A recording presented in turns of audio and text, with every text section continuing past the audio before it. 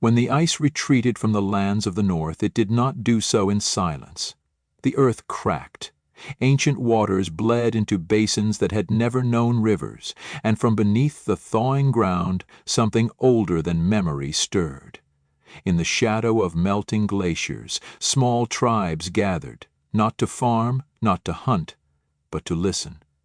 They claimed the bones spoke, not metaphorically, literally. Whispered fragments of languages long extinct echoed in their sleep, always beginning with the same image, a skull, bleached, crowned with ochre, and surrounded by a circle of stones that pulsed under moonlight. In the highlands of Anatolia, far from the rising seas that would soon swallow forgotten shores, a strange people began building without reason. No war had driven them, no famine compelled it. And yet they raised megaliths with surgical precision, etched with animals that did not belong to their time: vultures, headless men, snakes arranged in spirals. The carvings bore no resemblance to daily life, but these people, obsessed with stone and death, saw beyond the visible. Their gatherings were not of celebration, but of worship, not to gods above, but to something beneath, something ancient and hungry. Göbekli Tepe was not a temple. That was a mistake modern scholars made, trying to understand the unknown through the lens of the familiar. It was a diagram of the underworld, a coded vault, a memory palace for those who believed death was a passage, not an end. The pillars were not mere supports, but markers, each aligned with celestial patterns and subterranean echoes. At the center of every circle, bones were buried, not whole bodies, just skulls, decorated, trepanned, revered. One traveler from the south, his name lost, but his remains unearthed near Urfa, was said to arrive during an eclipse. Local legends spoke of his crimson robe and eyes black as obsidian. He carried a staff crowned with 3 skulls, one human, one jackal, and one unknown. Wherever he walked, people fell into trance. They dreamed of a city beneath the sand, built in perfect symmetry and lit by a black sun. It was he who named the buried complex Gate of the Whispering Ones. No one questioned him, they simply began digging.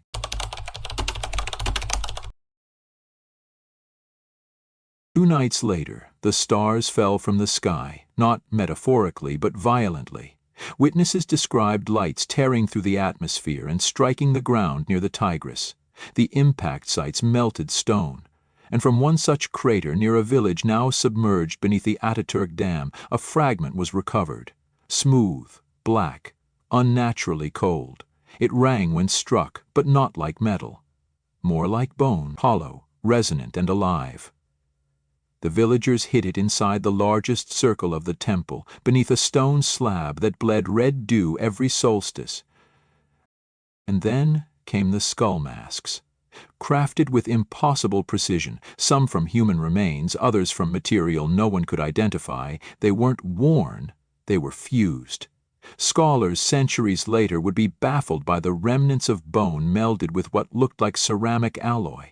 But back then the people believed the skull allowed them to hear the voices of the first men.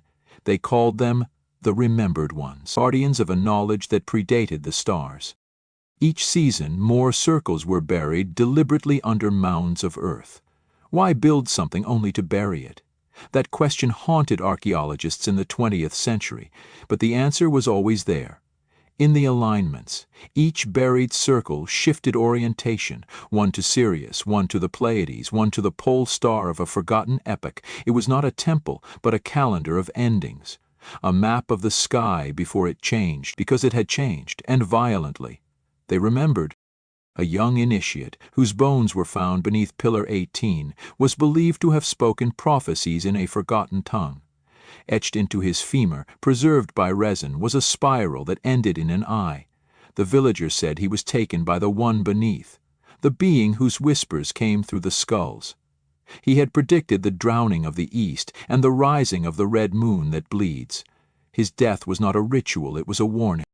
The cult of the skull was no longer local. From the Danube to Jericho, from the Zagros Mountains to the Levantine coast, skull circles emerged. The style was eerily consistent. Each featured the same symbols: the vulture with outstretched wings, the inverted man, and the serpent swallowing its own tail. Trade goods appeared with unknown scripts etched in obsidian, and with them came the masks, always the masks.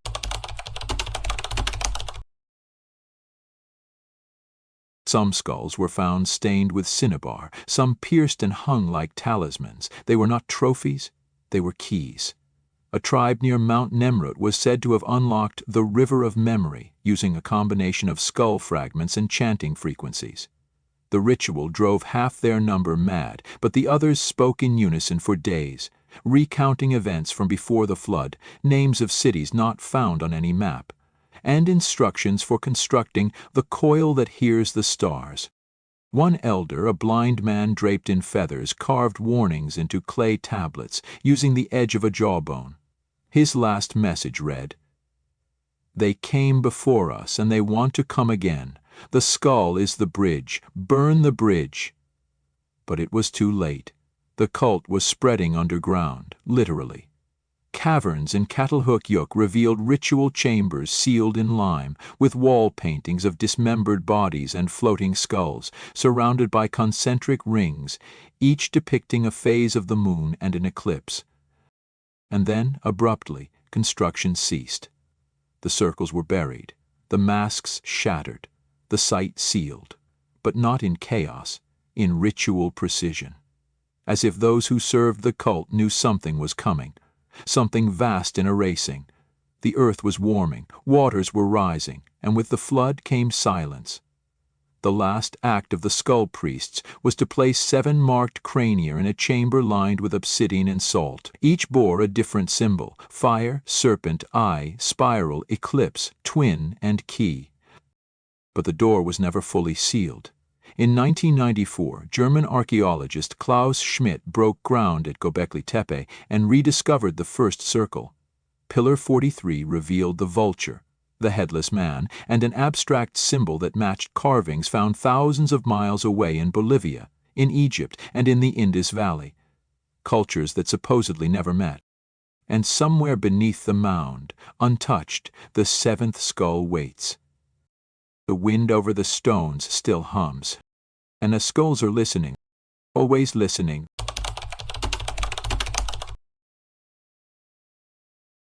It began with tremors, deep, rhythmic pulses that vibrated through the basalt bedrock beneath the forgotten temple mounds.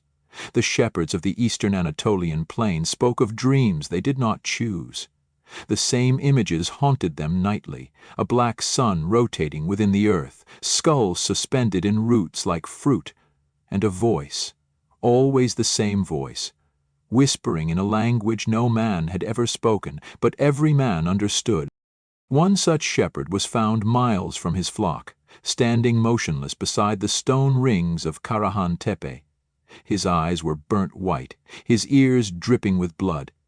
He clutched a crude carving of a man kneeling before a towering figure with the head of a vulture and the body of a star.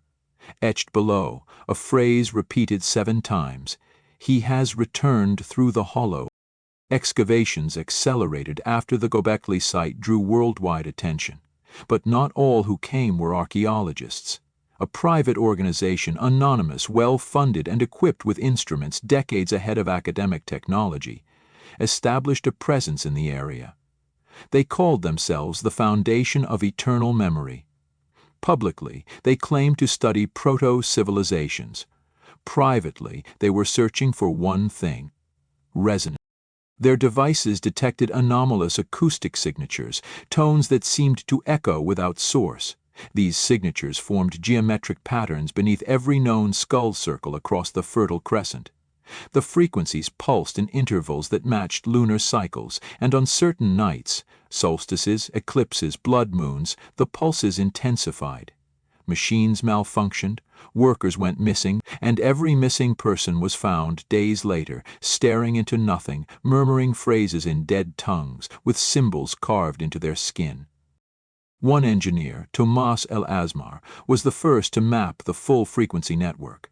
What he discovered shocked even the most hardened skeptics. Each stone circle was connected by underground faults and aquifers, forming a pattern across Mesopotamia that mirrored a massive neural structure, a brain of stone buried in the earth with the skull circles acting as nodes.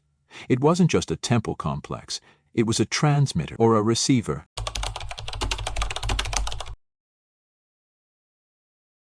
The oldest node was traced to a submerged cave system beneath Lake Van.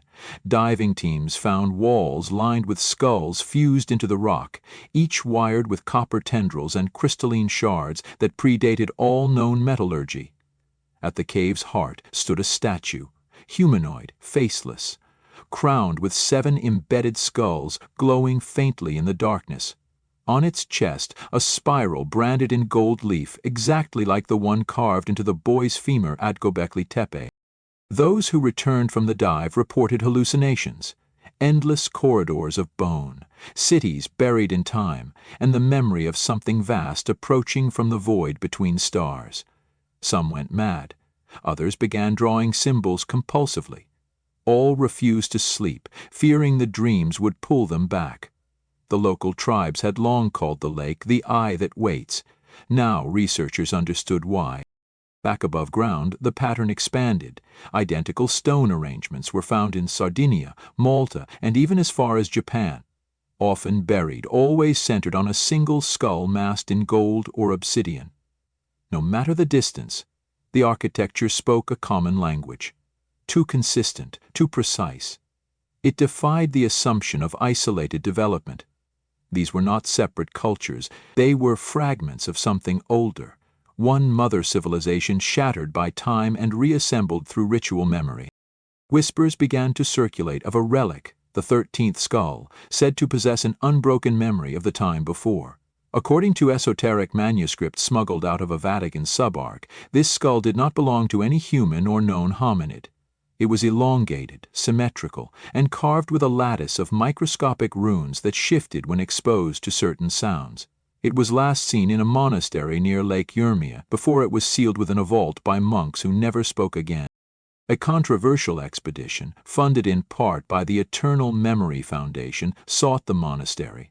What they found was a ruin scorched by fire centuries earlier. Yet deep in the crypt, beneath a layer of salt and bitumen, they uncovered a chamber. The walls were painted in blood and ash, depicting a ritual in which 13 masked figures surrounded a floating skull, each connected to it by a rope of hair. At the center, a phrase burned into stone: "All minds return to the first mind."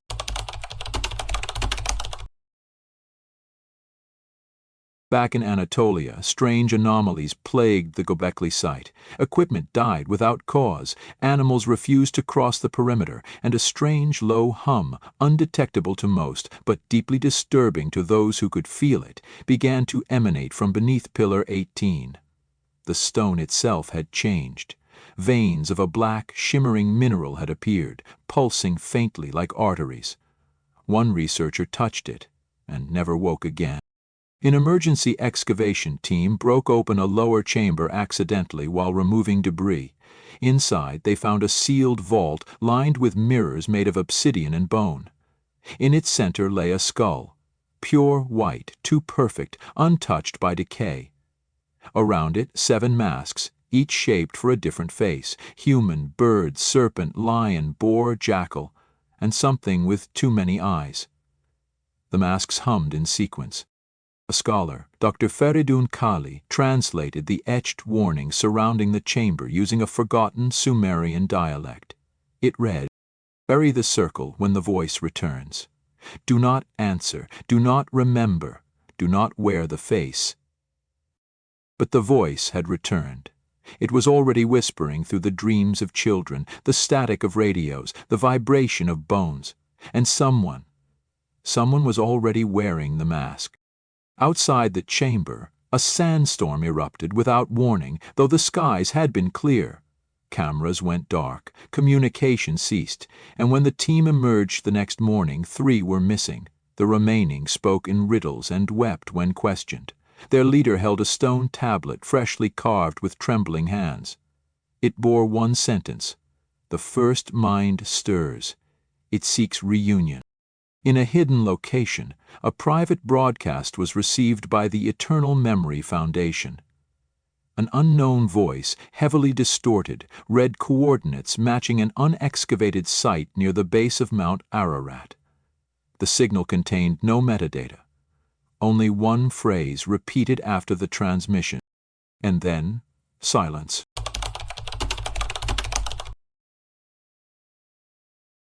The coordinates pulsed on the Foundation's internal server like a heartbeat. Mount Ararat loomed in the distance, ancient and unmoving, but now imbued with dread. For millennia, it had been a silent witness to myth and flood. Now it had become a key. The site at its base, long dismissed by official archaeology as an unremarkable outcrop, concealed more than stone. Beneath layers of volcanic ash and glacial melt lay an obsidian doorway, half buried, shaped in the unmistakable form of an eye. Only one man had been there before. His journal, recovered by Soviet agents in 1952, was never declassified. He was an Armenian mystic named Harut Samvelian, and his writings made little sense, until now. He described a chamber that breathes, walls lined with inhuman carvings, and a hum so deep it could stop a heartbeat. He had seen the 13th Skull, but not in the flesh. He claimed it showed itself through dreams, through reflections, and once through the eyes of a crow that would not blink. The Foundation deployed a covert team under the guise of geological survey. Armed with resonance mapping equipment and ancient texts decrypted through months of comparative linguistics, they began excavation. The soil was looser than expected. The doorway gave way to stairs wide, shallow, spiraling downward into a darkness that did not recede, even under electric light. The deeper they went, the quieter it became, until silence turned to pressure, felt behind the eyes, in the teeth, in the marrow. The stairs ended in a circular chamber. Every inch of stone was carved with spirals, eyes, and glyphs. 7 niches formed a ring. 1 was empty. 6 held skulls, each mask-clad, each humming in a frequency no instrument could fully register. The 6th skull, shaped for the jackal, flickered in and out of visibility. Its resonance wavered, as though unstable, as if it sensed something incomplete. And there it was, in the center, suspended in mid-air, tethered by strands of something like hair, bone-white and glistening, the 13th Skull. It pulsed not with light, but with memory. Images flooded the minds of those present. Spiraling stars, cities of glass and bone, a war fought not with weapons but with thought, and a final memory, a great forgetting, a ritual designed to bury knowledge beneath the mind itself.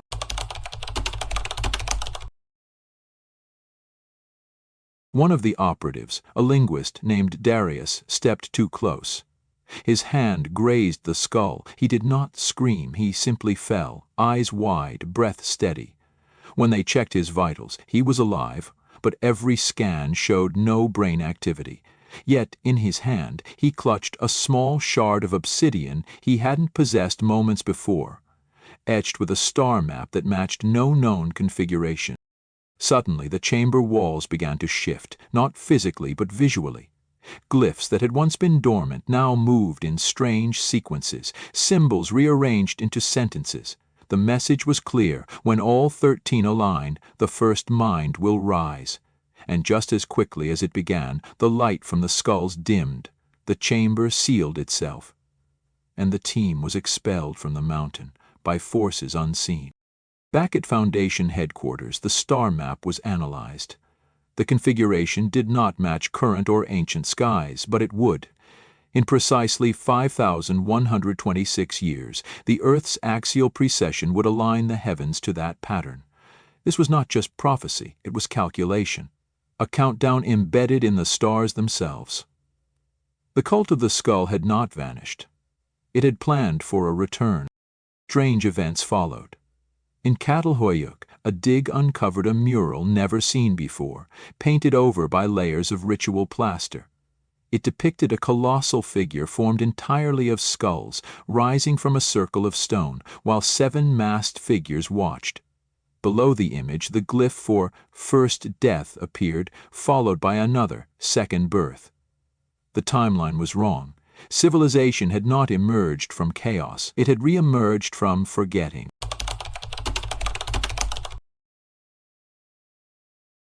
A climatologist examining melt layers in the Greenland ice core found a strange anomaly. Thin layers of ash and nanodiamond particulate dated precisely to 8645 BC. A cataclysm. But more disturbing was the frequency signature locked in ice bubbles. Sonic patterns matching those from the Anatolian skull circles, a memory embedded in the earth itself. Then came the awakening. Scattered reports of artifacts activating, skulls humming, masks vibrating, even ancient stone tablets changing texture. One was found in Jericho, buried beneath a Neolithic tower. Its surface shimmered, and in moonlight it revealed new lines, detailing a ritual called the Mirror of the Mind. Instructions, coordinates, a convergence point. At the convergence point, somewhere near the ancient shorelines of what was once the Black Sea, satellite scans detected ruins, entire cities swallowed by water after a massive breach thousands of years ago.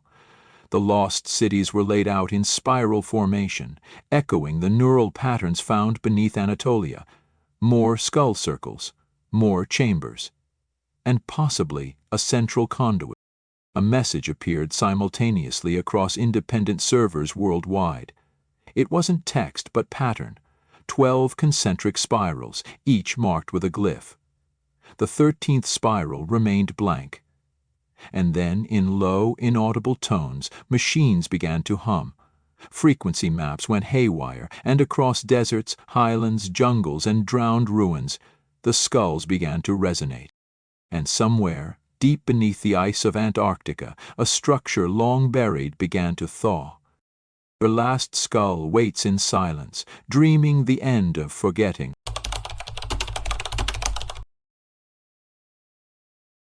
The winds over Antarctica howled like distant voices, long, mournful, and full of things no human throat could shape. Deep beneath the blue glacial crust, where light had not touched in over 12 millennia, a structure awakened.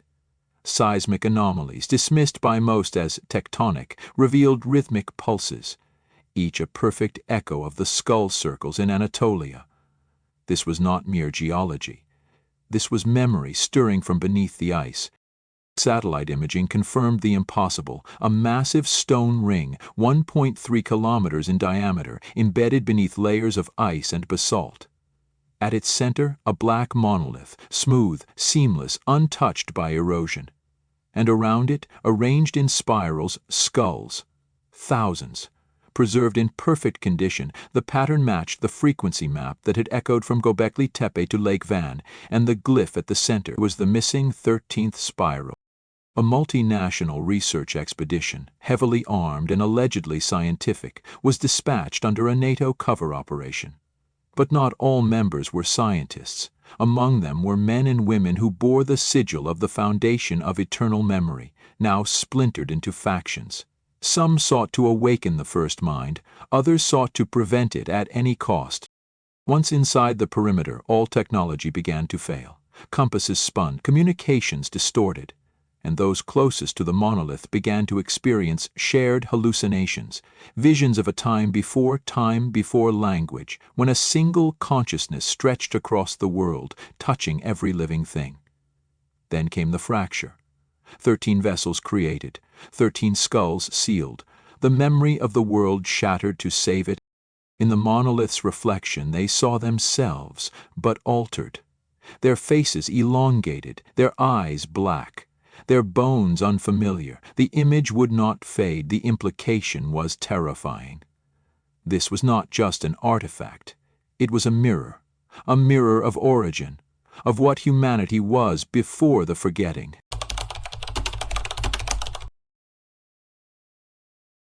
Beneath the monolith, an entrance opened not through force, but through recognition.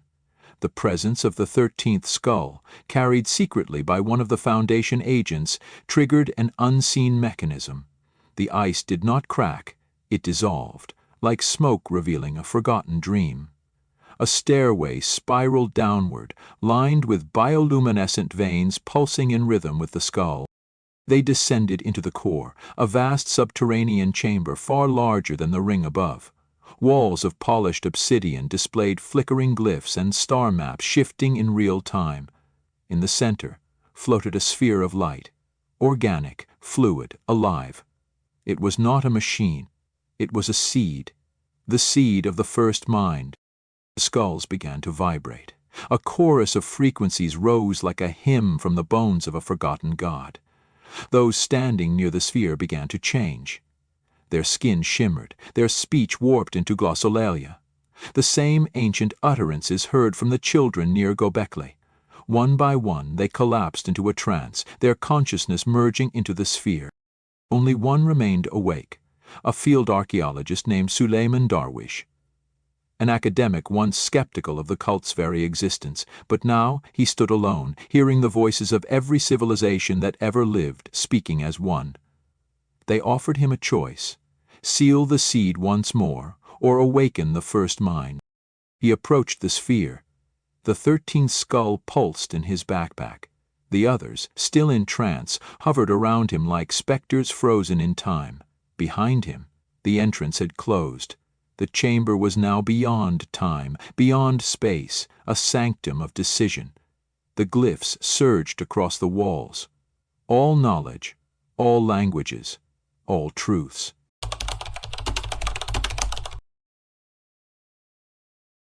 Suleiman reached for the sphere.